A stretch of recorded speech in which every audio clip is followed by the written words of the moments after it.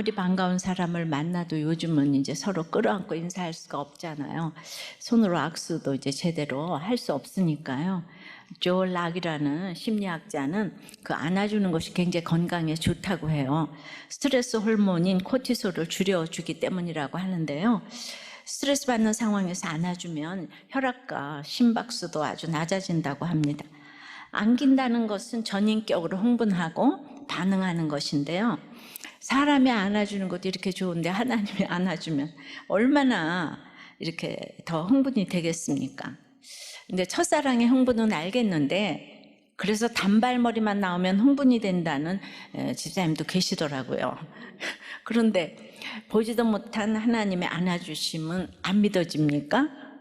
오늘은 10절의 유드고를 안아주심처럼 성령의 안아주심에 대해서 함께 생각을 해보겠습니다. 성령의 안아주심은 첫째로 권면의 말씀으로 위로하십니다. 1, 2절에요. 소요가 그침에 바울은 제자들을 불러 권한 후에 작별하고 떠나 마게도냐로 가니라. 그 지방으로 다녀가며 여러 말로 제자들에게 권하고 헬라에 이르러 이제 에베소 연극장 소동을 겪으며 에베소 성도들이 얼마나 마음을 졸였겠어요. 온 도시가 교회의 적이 되어서 일으킨 소동이잖아요. 그러니까 정말 제가 성경을 보니까 군중이 정말 무서운 것 같아요. 하나님께서 서기장을 쓰셔서 성령의 진정을 주셨지만 심리적으로 트라우마가 되었을 것 같아요.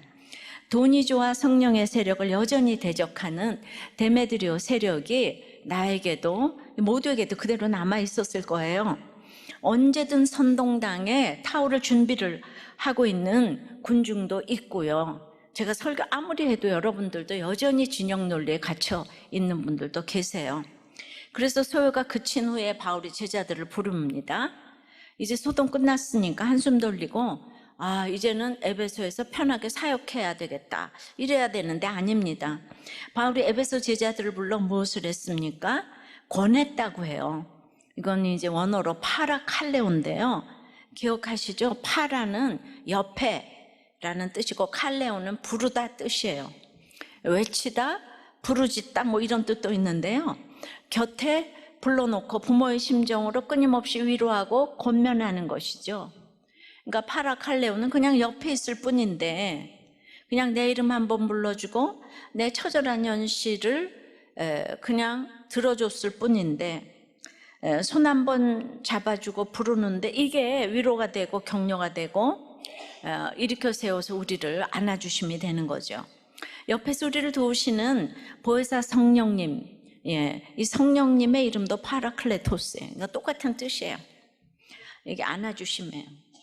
그래서 이제 그 안아주심으로 바울도 자신도 파라칼레오해서 마게도냐로 떠납니다. 우리가 하는 게 뭐가 있겠어요? 자, 바울은 참 우리하고 달라요. 소동이 있을 때는 죽자고 그곳에 죽고자 그곳에 있고 소동이 끝나니까 이제 권하고 떠나는 거예요. 바울의 관심은 소동에 있지 않아요. 바울의 관심은 거대한 에베소도 아니고 거기에 모인 거대한 무리에도 있지 않았습니다. 바울의 관심은 오직 제자들에게 있었어요. 제자란 그 뜻이 자발적으로 묶여있는 사람을 말합니다. 나를 위해 살지 않고 나를 부른 그를 위해 사는 사람, 나를 부르신 이의 뜻에 자발적으로 묶여있는 사람이 제자입니다. 바울도 예수님도 무리에 집중하지 않고 소수에 집중을 합니다. 그래서 이제 그 보고 싶은 그 마게도냐, 빌립보, 데살로니가, 베레아, 참 그리운 이름들이잖아요. 그렇다고 그곳에서 칭찬과 인정받았습니까? 매 맞고 옥에 갇히고 모함, 괴롭힘 당했잖아요. 그런데 바울은 다시 그 지역을 신방하면서 거기 제자들을 여러 말로 권합니다. 예수님 때문에, 복음 때문에 사회로부터 경계와 무시와 비난의 대상이 된 형제와 자매들을 향한 바울의 간절한 마음이 여러 말로 표현되었을 것이에요. 한마디라도 더 전해서 그들을 위로하기 위해 여러 말을 할 수밖에 없었을 것 같아요. 저야말로 여러 성경으로, 룻기로, 어린 날을, 에스겔로 제가 결혼한 이후에 어려서부터 목회자가 되기까지의 삶을 정말 여러 성경책으로 전하여 왔고 또 전하고 갈 것입니다. 세상에 기댈 것 하나 없는 성도들에게는 바울이 전해주는 이 하나님 나라의 말씀이 유일한 피난처가 되었을 것이에요. 코리아 갓 탤런트로 너무 유명해진 그 최성봉 형제는 너무 우리에게 희망의 아이콘이었지만은 막 1억 이게 더 받지 않아요? 그런데 요즘에 자기가 이제 말기암이 걸렸다고. 근데 그게 거짓이라고 해요. 그래서 뭐라고 다 그러지만은 왜 그럴까? 그러니까 생각할 수 없는 주목을 받다가 그 다음에는 이제 그 콘텐츠가 이제 끝났으니까 잠잠해지니까 불안했던 것 같아요. 그죠? 5살부터 공중화장실에서 먹고 자고 매 맞고 그에게 얼마나 트라우마가 많았겠습니까? 그러나 그 누구도 파라 칼레오 하면서 옆에 있어주고 같이 부르짖고 외쳐줄 이름 한번 불러줄 사람이 없었겠죠. 고하든 아니든 여기 에베소 아시아든 마게도냐든 성도의 삶은 말씀 없이는 살 수 없는 상황이었습니다. 하지만 주님은 성도를 고아처럼 내어버려 두지 않으세요. 이 파라 칼레오 하며 권면의 말씀으로 옆에 계시는 거예요. 보혜사 성령님이 왜 소동이 오는지, 왜 분란이 일어나는지, 왜 이런 일을 당해야 하는지 말씀으로 해석해야 통과할 수가 있는 거예요. 오늘 하루하루 말씀에 순종하여 살아내는 것이 이 파라 칼레오하고 옆에서 도와주시는 이 성령님의 도움을 받을 수 있는 것이고, 이것이 성령의 안아주심이에요. 인간적인 게 아니라 말씀으로 깨닫게 하시는 것이 성령의 안아주심인 거예요. 해석이 돼야 통과할 수 있어요. 성경에는 극복하다는 얘기가 없다고 그랬어요. 암을 극복하고 부도를 극복하고가 아니라 암을 통과해서 하나님을 나타내야 돼. 부도를 통과하면서 하나님을 나타내야 돼. 이것이 바로 안아주심이에요. 적용해 보세요. 위로받아야 할 트라우마는 무엇입니까? 힘든 사람 옆에서 같은 목소리를 내며 이제 이름을 불러주며 같이 외쳐줍니까? 보기도 싫고 힘들어 하나요? 그랬더니 어떤 분이 그래요. 나의 트라우마는 툭 치면 나오는 그 남편의 여자에 대한 친절이 트라우마라고. 그런 아내가 있는데, 그랬는데 우리도 교회 와서 해석이 되기를, 남편이 어려서부터 이렇게 여자 형제하고 늘 잘하고, 그래서 그게 습관이 돼서 그렇게 나오는 거구나. 이렇게 해석이 되니까 통과를 할 수가 있습니다. 자, 성령이 안아주시면 두 번째는 함께 가는 우리 공동체 그 자체입니다.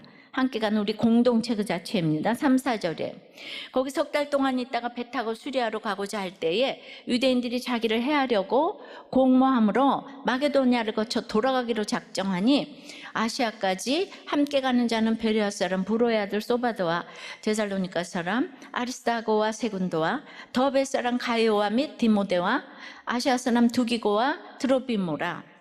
이 마게도냐 신방을 마치고 헬라, 즉 아가야 지역으로 간 바울은 거기서 석 달을 머물게 돼요.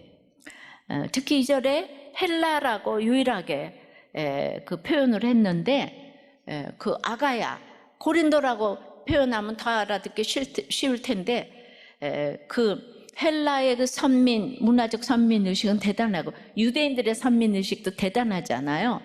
그런데 이제 그 헬라에 대해서 이 사람들이 너무 유대인에 대한 적개심을 가지니까 그 선민의식을 인정해 주려고 너희 대단하다, 그걸 표현한 것 같아요.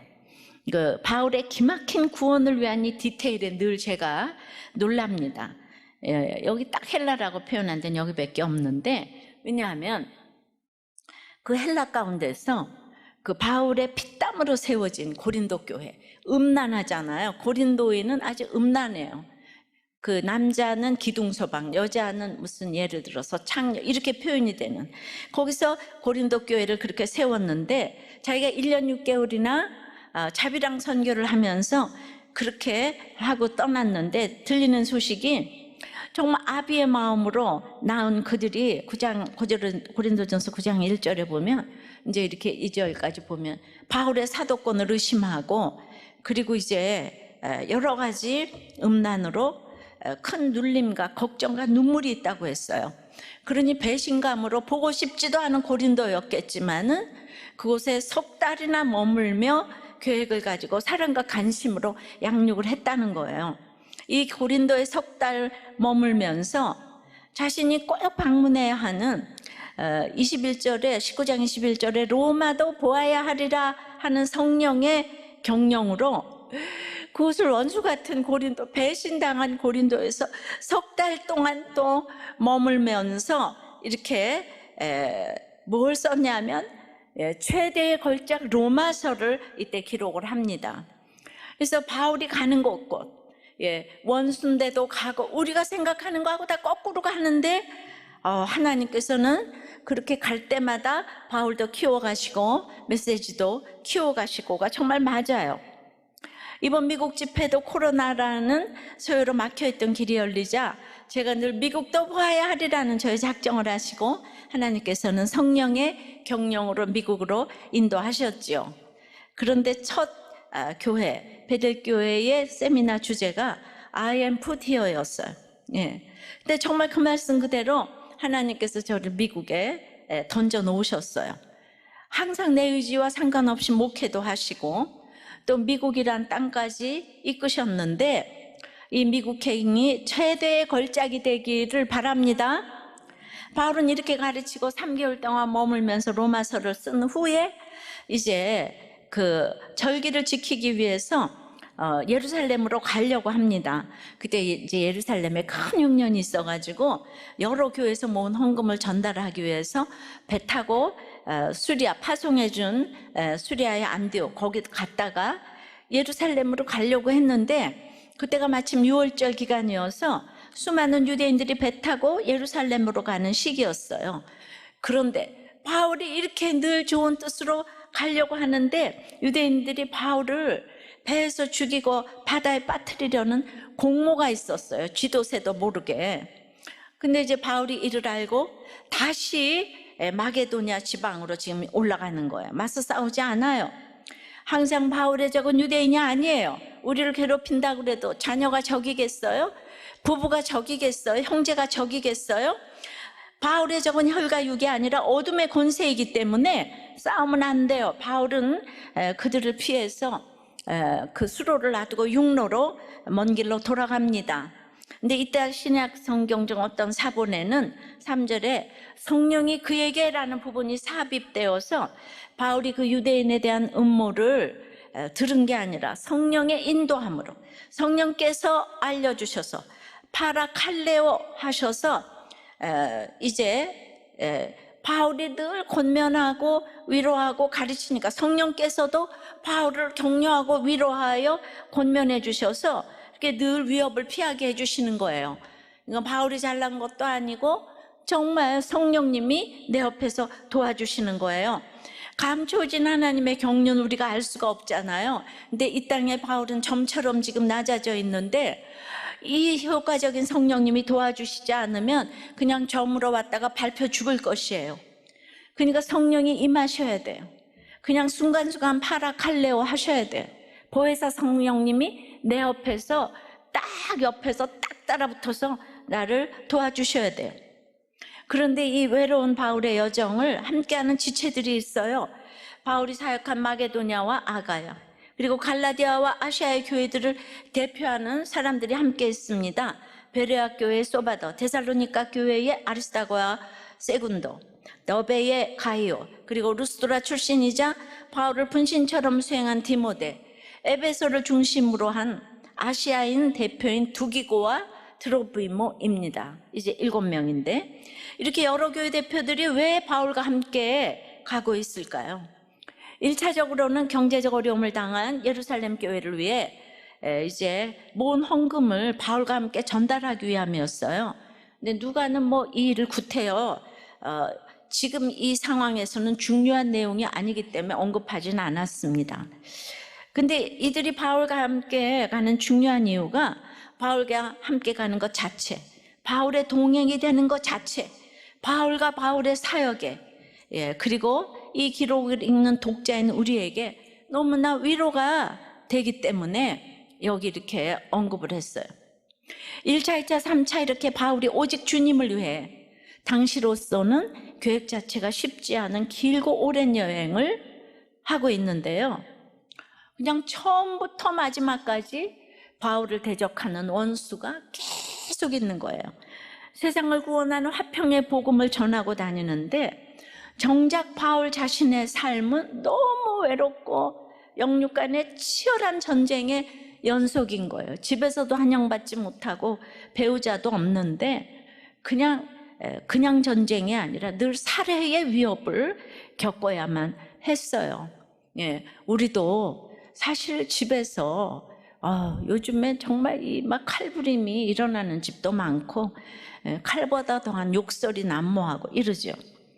근데 이제 그런 분들일수록 밖에 나가서 화평의 복음을 또 잘 전하더라고요. 그러니 정말 성령님이 좀 안아주시기를, 등 두드려 주시기를 바랄 수밖에 없는 이 처절한 외로움을 겪었을 것입니다. 근데 바울이 살기 등등해서 그리스도인들을 죽일 때는 혼자였어요. 주변에 지체가 없었어요. 그래서 늘 살기 등등하고 혼자인 사람은 사명이 지금 이제 아직 없다고 봐야 합니다. 다메섹 도상에서 회개한 후에도 오랜 기간 홀로 지냈죠. 혼자 아라비아에서, 그리고 고향 다소에서 지냈지만 이후에 바나바의 권유로 사명의 부름을 받았을 때부터 한 사람씩 지체가 생깁니다. 그러니까 불평불만하는 사람들은 정말 지체가 없어요. 옆에 군중은 있지만 지체가 없어요. 그래서 성령께서 바울에게 함께 가는 지체들을 주셔서 안아주십니다. 그것도 한 교회에서만 아니라 지금까지 섬긴 모든 지역에서 그 지역을 대표하는 지체들이 한둘은 꼭 생기는 거예요. 그래서 같은 길을 가게 하세요. 바울아, 네가 지금 외롭고 힘든 거 내가 다 한다. 파라칼레오, 옆에서 이름을 불러주고, 너 혼자 아니야. 내가 너와 함께 한다고 하지 않았니? 그 증거로 너와 함께 가는 지체들을 이렇게 보낸단다. 너 지체들과 끝까지 이 길을 가거라. 성령의 이것이 안아주심이에요.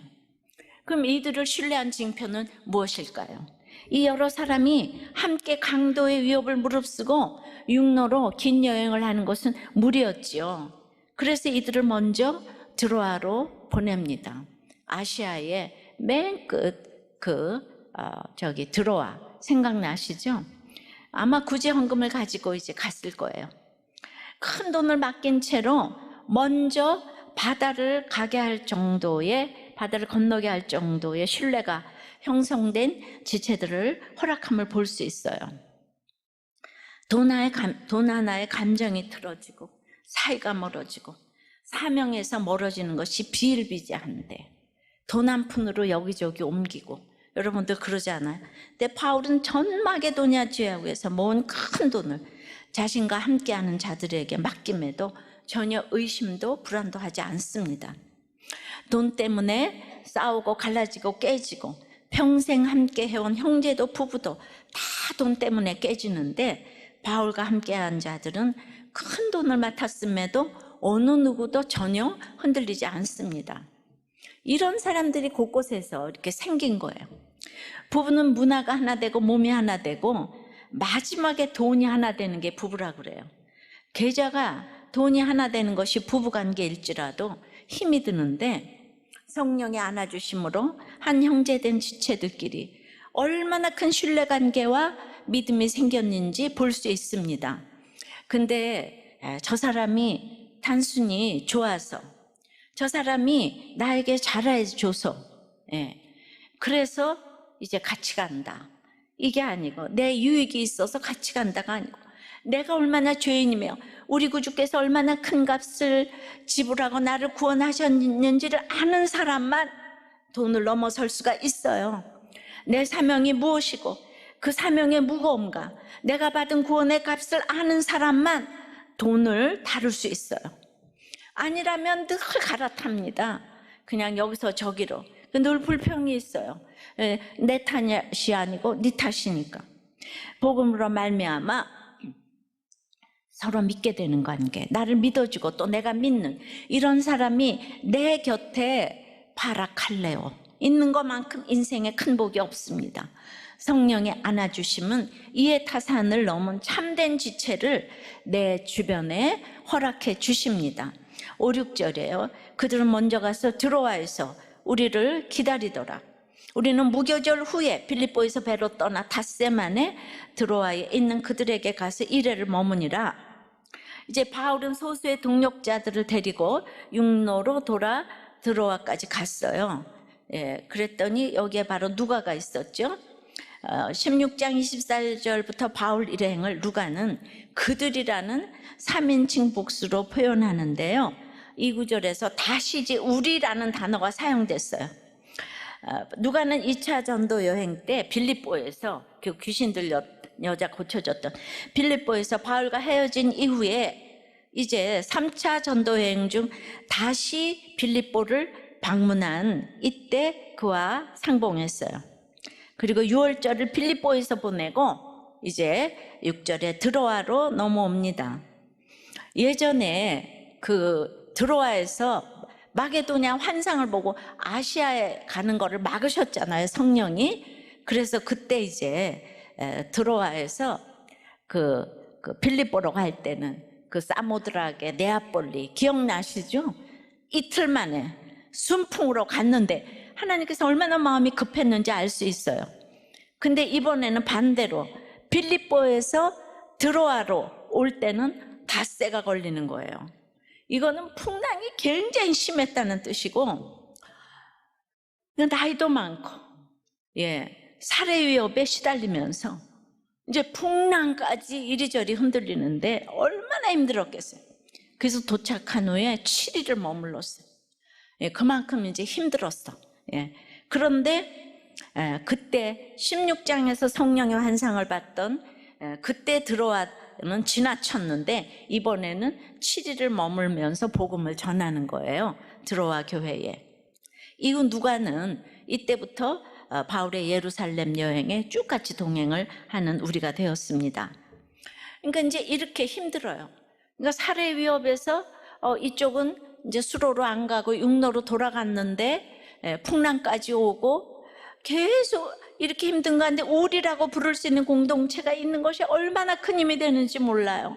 어떤 소동이 와도 말씀으로 하나 된 우리 공동체가 있으면 진정할 수 있죠. 왜요? 나와 같이 고난을 당하는 우리이기 때문이에요. 나와 같이 죄와 싸우고 있는 우리이기 때문이에요.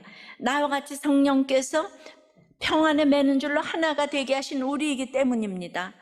나와 같이 한 주 예수 그리스도를 섬기며 한 말씀을 듣는 우리이기 때문이에요.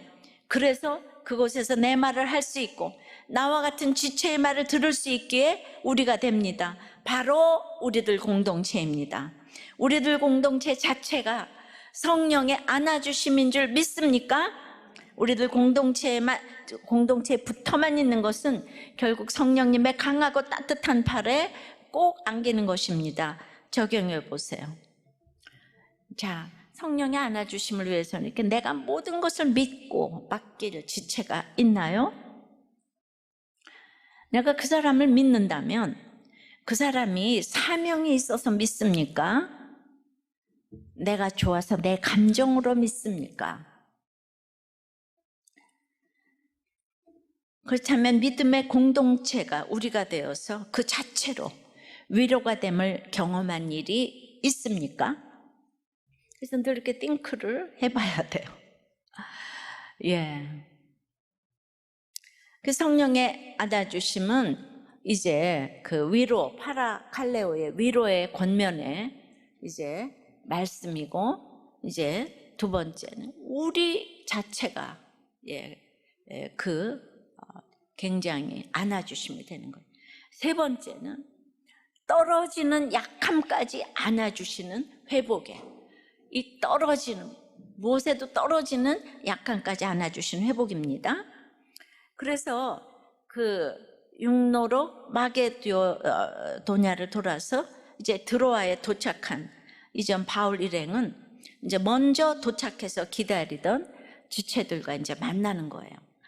이 지체들은 얼마나 곳곳에서 만났는데 그냥 일회를 기다리는 거예요. 그냥 할 일 없이 다 기다리는 거예요.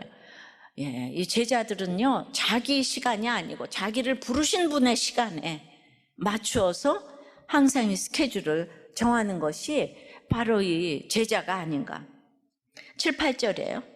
그리고 이제 만났는데 그 주간의 첫날에 우리가 떡을 때려 하여 모였더니 바울이 이튿날 떠나고자 하여 그들에게 강론할세 말을 밤중까지 계속하며 우리가 모인 윗다락에 등불을 많이 켰는데 이 주간의 첫날은 주일이고요. 여기서 떡을 때려는 이거는 성찬식을 말해요.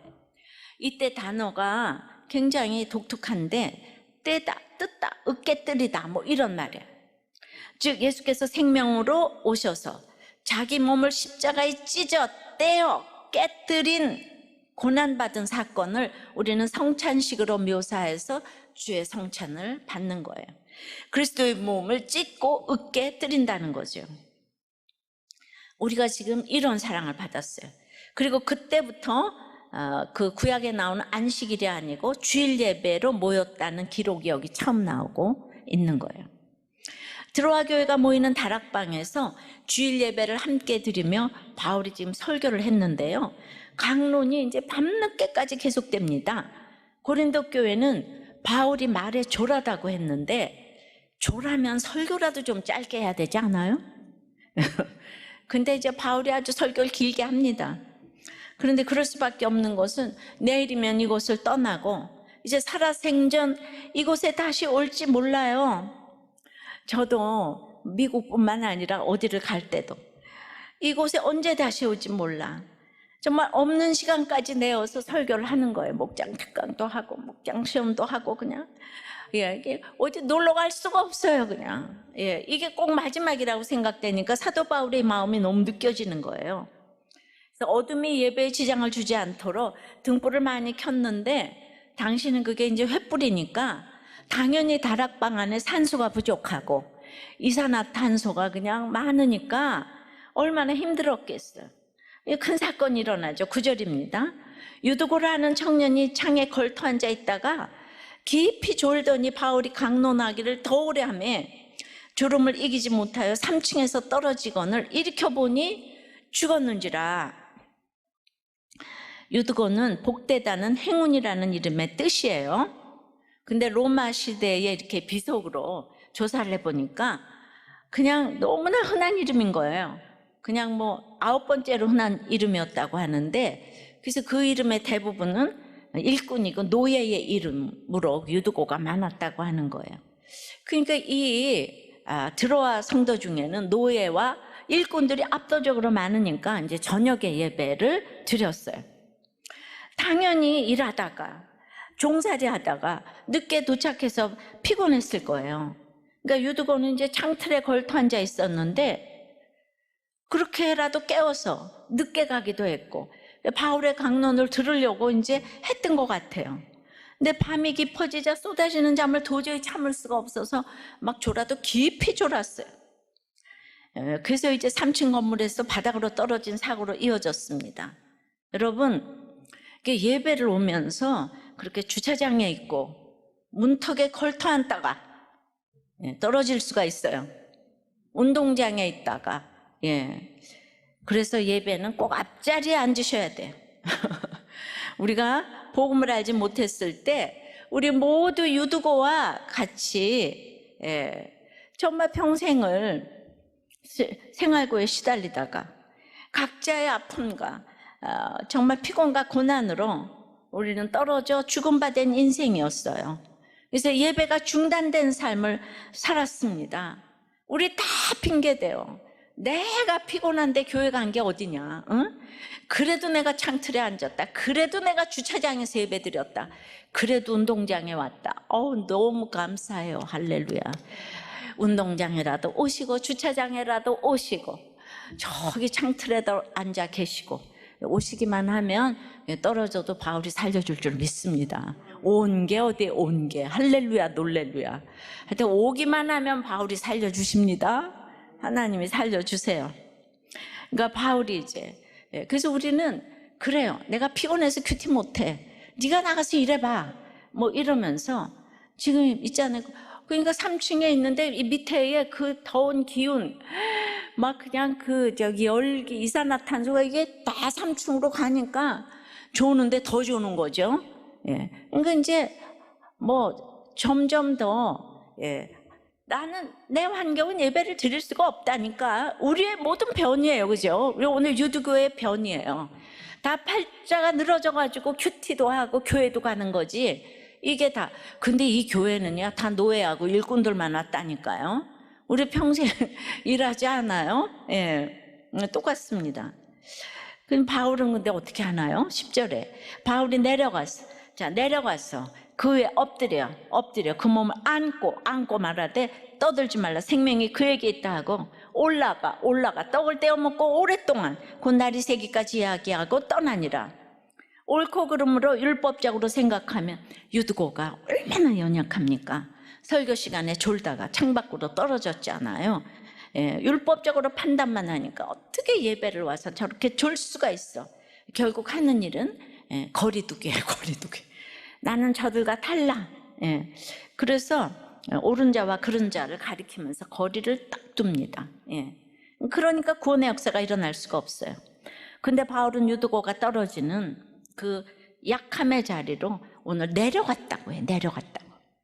예, 그리고 이제 그 눈높이로 내려갔죠. 연약함으로 급기야 죽기까지 한 유두고의 몸에 그 다음에 자신을 이렇게 떨어뜨렸어요. 예, 이거 이제 엎드려는 무언가를 밀어넣다, 무언가를 덮어버린다. 예, 옛날에 구약의 엘리야가 사르밧과 앞에 죽은 아들을 살리기 위해 엎드린 행위, 자기 몸을 떨어뜨렸잖아요. 예, 그냥 다 밀어놓고 이제 엎드렸어요. 그 다음에 시체를 안았어요. 안고는 두 손으로 함께 둘러서 그냥 붙들다 이 뜻인데, 신약 성경에서 여기 한번 딱 나오고요. 구약에서는 에스겔 5장 3절에서 그 5장 3절의 헬라어 번역에서 한번 쓰였는데, 하나님이 에스겔에게 상징적인 행위를 명령하시면서 머리카락과 털을 옷자락에 싸라고 하시는데, 이런 이상한 명령을 주시면서 바로 이렇게 털럭을 옷으로 싸매는 것처럼 꼭 둘러 감싸는 것을 표현하는 단어예요. 예, 그러니까 지금 내려가서 몸에 자신을 떨어뜨리고, 그리고 심지어 죽은 몸, 율법적으로 부정한 시체를 성경에서 포옹을 뜻하는 단어 중 가장 강한 단어를 써서 꼭 끌어안았어. 이게 무엇을 뜻합니까? 구속사적인 공감, 성도의 교통을 한 거예요, 바울이. 그래서 바울이 떨어져 죽은 그 유두고를 여기서만 그 단어를 썼어요, 누가가. 근데 얼마나 꼬아놨는지 누가가 직접 보았기 때문에 그 강도를 생생하게 표현하기 위해서 쓴 단어라고 생각을 합니다. 내려가서 덮어주고 꼭 안았어요. 예, 그러면서 뭐라고 했을까요? 뭐라고요? 내려가서 엎드려 자기 몸을 떨어뜨리고 껴안고 뭐라고 했을까요? 그의 죄가 나의 죄예요. 나 역시 이렇게 떨어지는 인생이었는데 수많은 그리스도인들을 살인하고 핍박하고 그리스도를 죽였어요. 그런데 이렇게 나 역시 이 유두고와 같이 떨어진 인생이었는데 나에게 주신 생명을 이 청년에게도, 이 유두고에게도 동일하게 허락해 주세요. 우리 주님께서 바울처럼 이렇게 내려오셨어요. 그 천상에서 드리던 하나님과의 예배, 그 연합을 다 중단하고 벌레만도 못한 우리를 살려주기 위해 내려오셨어요.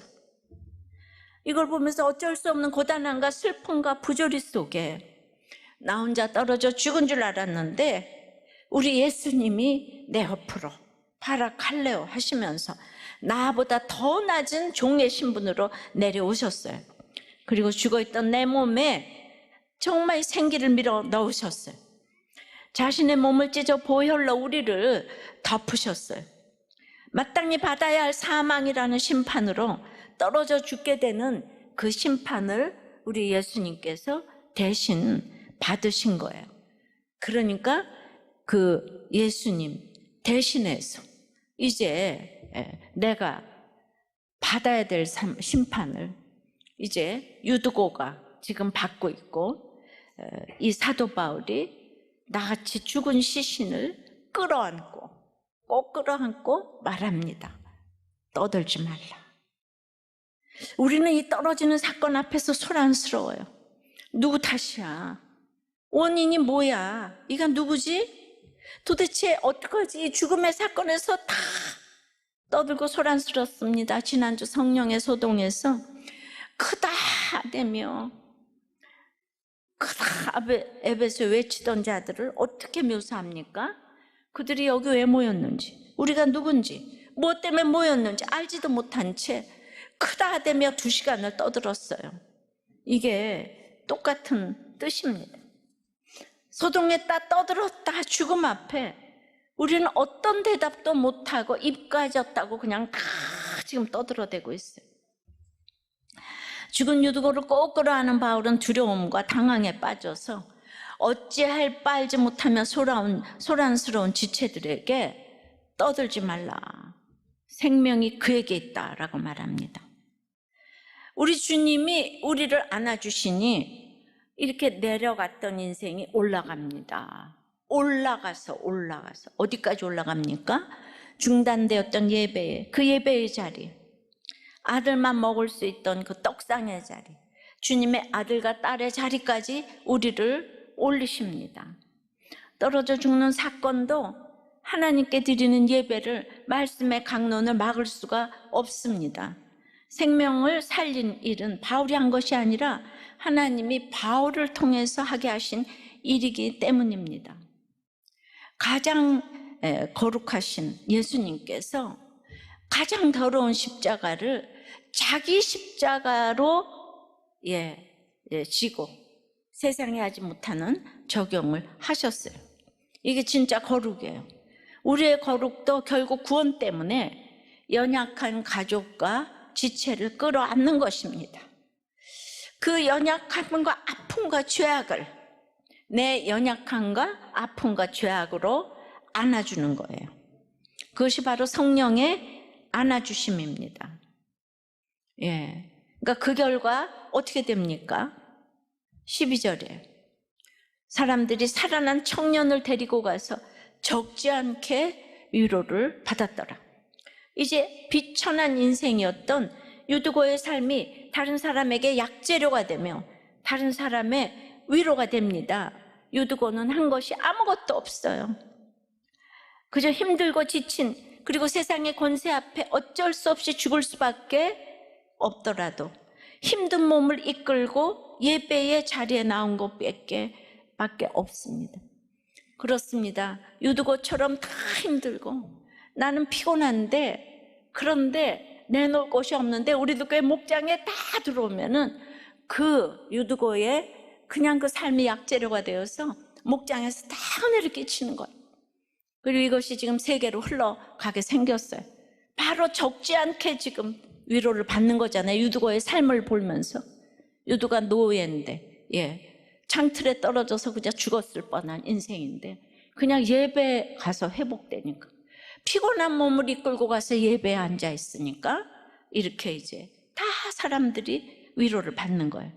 이렇게 한 사람의 연약함을 예수의 마음으로 안아주면 공동체 전체가 엄청난 위로를 받게 됩니다. 거기 생명의 회복이 있기 때문이에요. 아니, 이 세상에 생명의 회복보다 더 중요하고 값진 일이 어디 있겠습니까? 생명이 실존적으로 가깝게 느껴지지 않기 때문에 생명보다 돈이, 명예가, 쾌락이 중요하다고 착각하는 거예요. 생명이 없으면 아무 의미가 없는 거예요, 그 모든 것은. 근데 우리 생명을 위해서 우리는 의사 선생님이 수술을 잘해주시면 너무 고마워서 다 신이시여 해요. 그런데 그 생명을 주신 하나님은 보이지가 않으니까 나에게 앞에서 잘해준 사람 외에는 그 누구도 고맙지가 않아. 복음을 전해준 사람은 고맙지가 않아요. 그래서 늘 피해 의식 속에 그냥 예수를 믿어도 이제 이렇게 불평이 많아요. 그러니까 유두고처럼 피투성이가 되면 죽어야 한다는 생각은 세상의 생각이고요, 마귀가 주는 착각이에요. 피투성이라도 살아야 한다는 것이 성령의 생각, 구원의 생각입니다. 오늘 이 자리에 있는 분들은 크든 적든 모두 성령의 안아주심을 경험했어요. 말씀으로. 그래서 예수를 알게 됐어요. 이렇게 예배를 드리고 있습니다. 그래도 지금 마음에 큰 상처를 안고 이 소동 중에 오신 분들 많이 계실 거예요.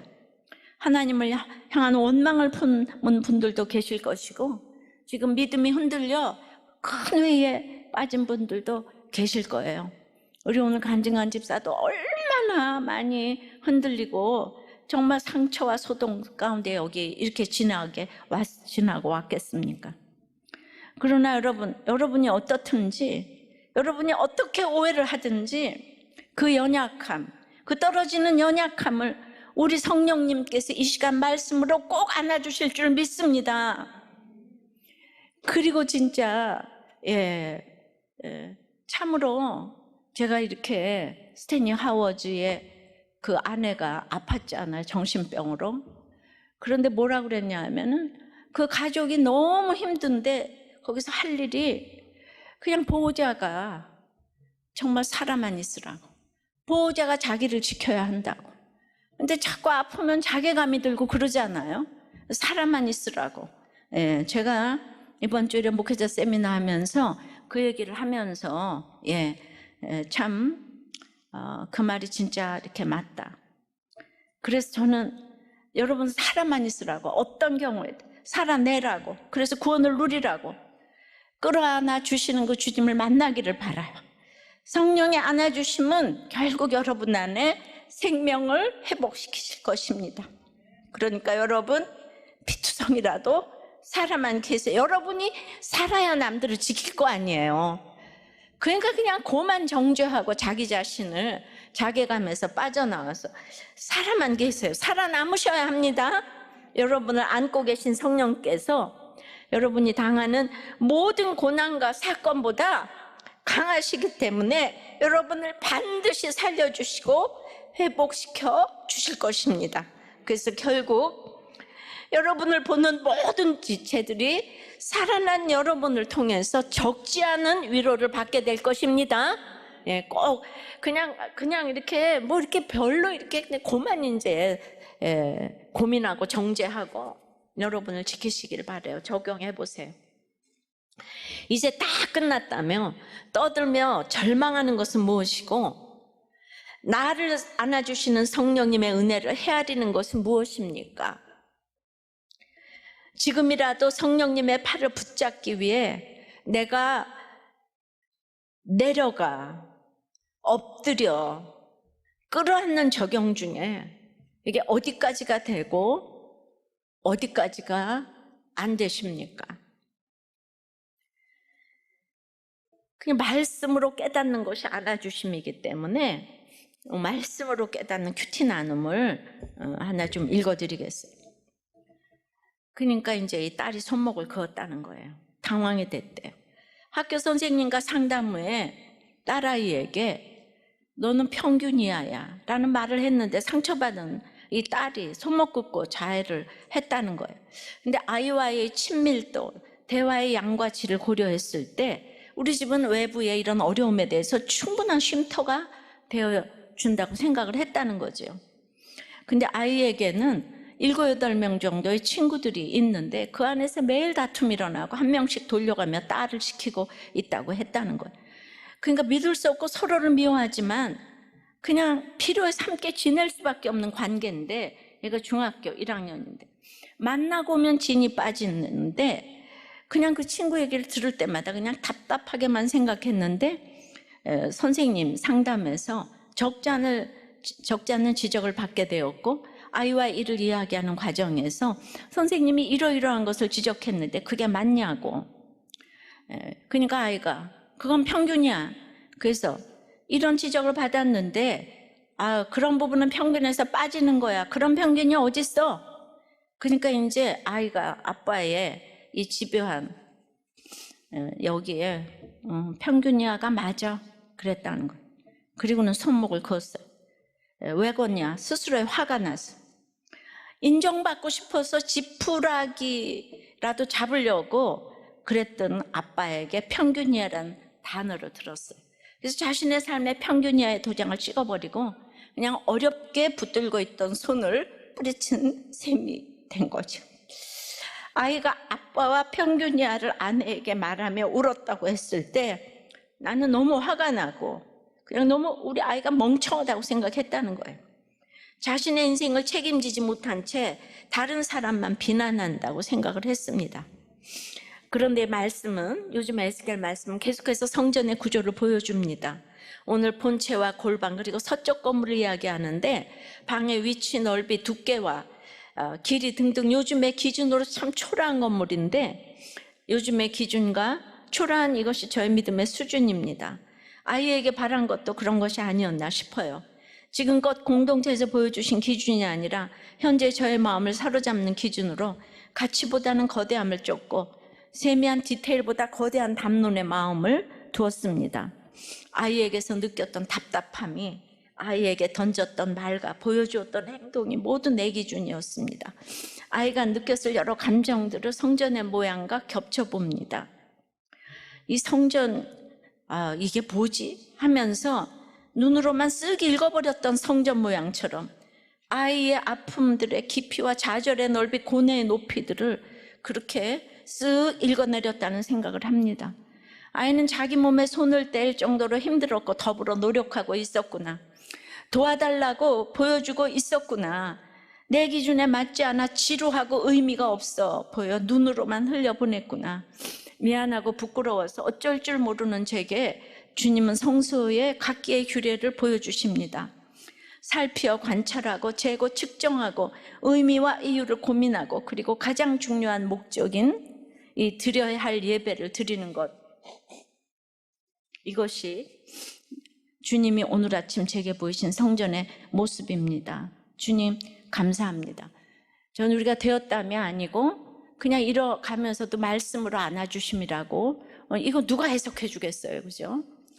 그런데 또 어떤 분은 공부를 가르치다가 우리 애들 보고 너 바보 아니야? 하는 순간 너무 시겁해가지고 쩔쩔매니까 아이가 다 들었어. 그래가지고 무릎을 그냥 꿇고 싹싹 빌었다는 거예요. 형제의 불화 가운데 동생 보고 네가 문제야. 네 죄를 봐야 해. 이 말이 튀어나왔는데 그 길로 아이가 또 집을 나갔다는 거예요. 근데 부모들은 막 이런 말들이 너무 툭툭 튀어나오지 않아요, 그죠? 예. 그래서 늘 이렇게 큐티하고 나눔도 같이 잘했는데 그냥 어느 날 노크 좀 하고 들어와. 그래가지고 갑자기 이렇게 친하게 지낸 것 같은데 들어가도 돼? 이런 말을 묻는 게 너무 어색하다는 거예요.